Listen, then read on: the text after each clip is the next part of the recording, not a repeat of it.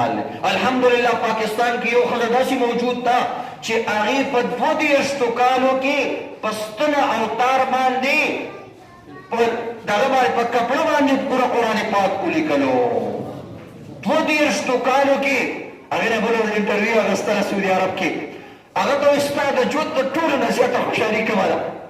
هغه وایي زما د ژوند د ټولو نه غټه خوشحالي دا ده وایي چې زما قرآن ته د نبي علیه السلام د قبر مخامخ مکتبه کې چې کوم دی ځای میلاو شو او ما ته وویل شي چې په خپل لاس باندې دا قرآن دلته کښېنه.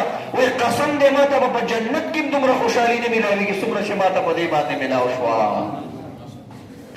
سوچ وکړئ زمونږ او ستاسو هم ښځې دي.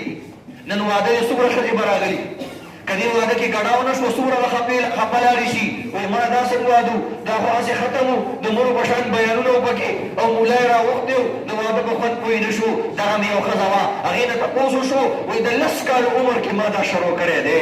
زما د ژوند بهارونه ختم شو زما ځواني ختمه شوه په دې کې خو ما نیت کړی و چې زه به دا قرآن لیکم. زمونږ او ستاسو ښځې به عزتمندو ګلونه جوړئ.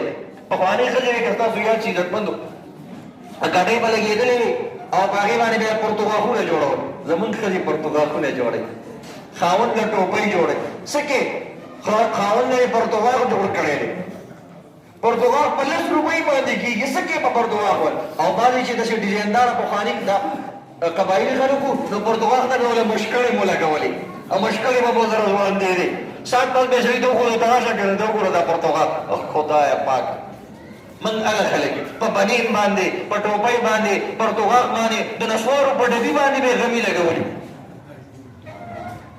دغه هم یو ښځه ده 22 کالې په قرآن باندې ځان له ولګولو.